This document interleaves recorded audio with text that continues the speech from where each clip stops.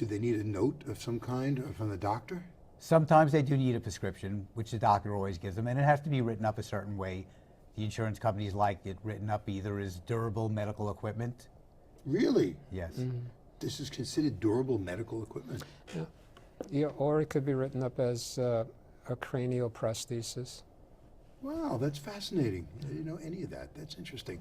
How do the wigs stay on? Are they all, no matter what you get, they stay on the Well, right same here, way? there's a pin inside. No, just He makes the jokes too, I see. That's good. No, when you have hair on your head, the wig will stay on. Oh. But when you don't have hair on your head, it could slide. So we have these special nylon caps that go under the wig, and that way the wig won't slide.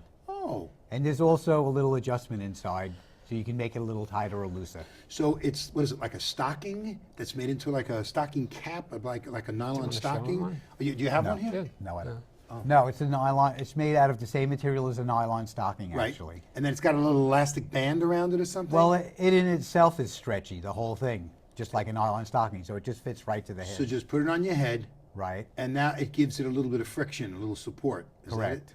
So Yes. it doesn't slide all over the place. And then the wigs, do they have some kind of a band around it or something? Yes, they do. They have two adjustments inside. And I usually measure someone's head all the time before, all around their head, and I measure from ear to ear to make sure that the wig that I'm going to get them is a particular size for their head. But then it's still adjustable besides that, so they could make it a little looser or a little tighter. I would imagine it would have to be adjustable because if you measure it before their hair is gone, that you have a greater thickness there. You have a larger circumference as opposed to measuring it after the hair is gone. Right. Well, I take that into consideration. So there's your adjustments that you have inside the wig. Is that it? Correct. Right. So it cares for that.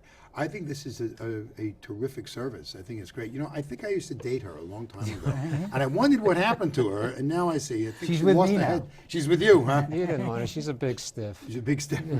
Do you ever do any? Well, it sounds to me like you do. You ever do any charity work? You ever have this business help people in a charitable way of any kind? Yes. Yeah. Yes, we do. Like what? In what capacity? Well, there's two ways that we do it. One way is we give a certain percentage of our profits to the American Cancer Society. Ah, that's great. Because we went into this business, to give back to to mankind. Right. That's why I did this, The other thing we do, if someone doesn't have enough money or doesn't have insurance, there's no reason why a woman should not have a wig. Those women we'll give a wig to for free. Oh, that's wonderful. Yeah, That is what we'll great. actually do is we'll try to locate a wig for them.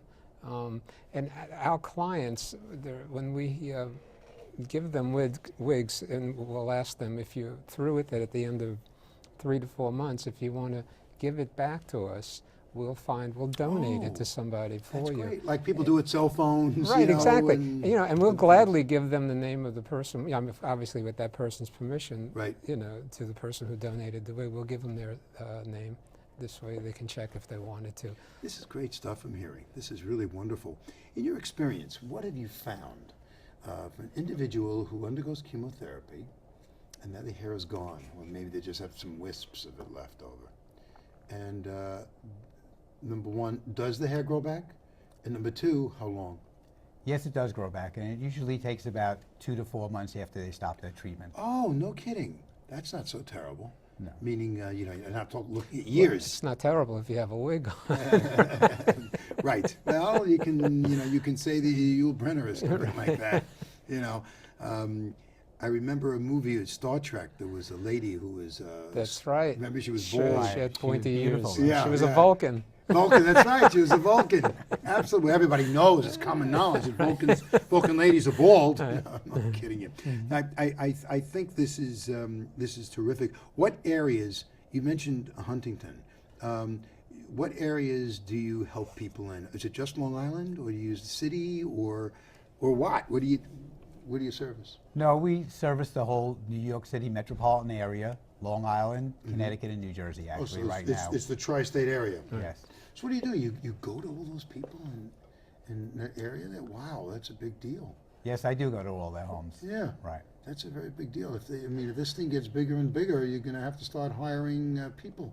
Start doing that because you're only one man. Because you're in your own place right now, your own shop. You're working and your own clientele.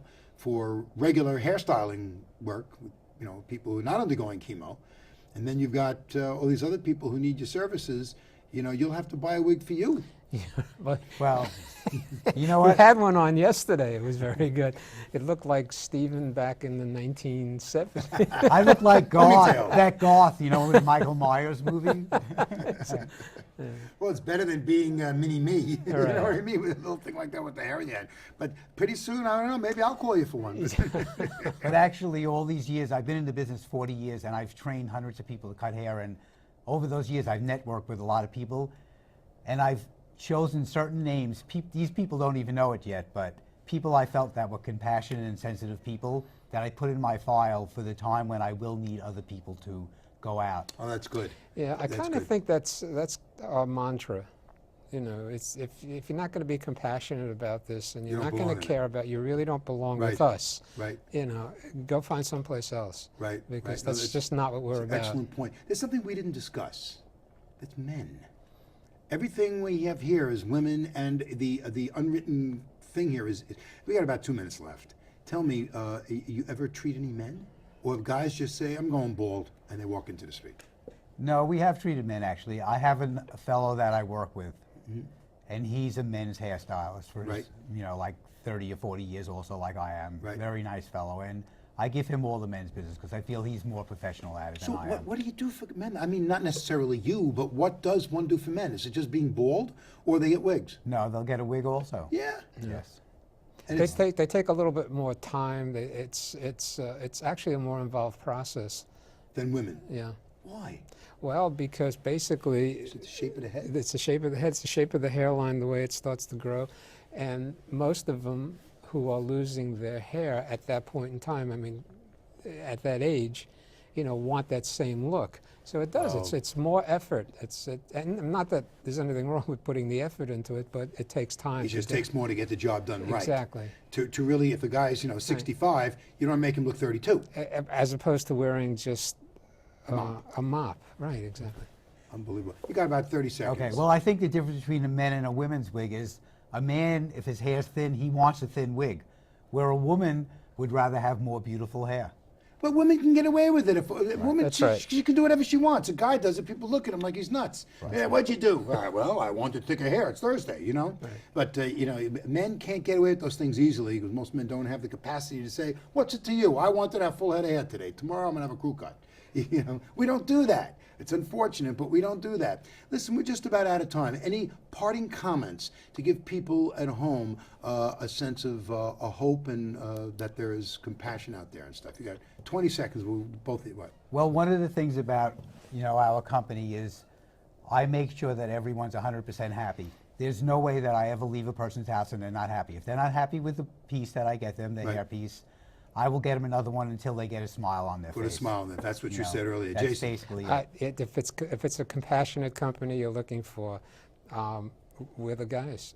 Listen to that. I mean, we are. We're out there doing that. Compassionate wigs. Okay. Listen, I think it was great, Jason. Thank you very you. much for Thank taking you the for time to having come us. down, Steve. Thank you. Pleasure. Pleasure. Pleasure, pleasure. And I hope you found this show interesting because this was something I learned. I knew nothing about this stuff. And it's just fascinating and a lot to learn and to see that there are people out there who care. So, you know, if God forbid you or someone you know is going to be getting involved in something like this, make sure you deal with people who really care. But that goes for anything, even if you go to the dentist. Make sure that they care, otherwise forget it. So, Dr. Pass is saying, as I always do, whatever you do, just like Jason and Steve, do it with passion, or what's the use? See you again next time. Put it there.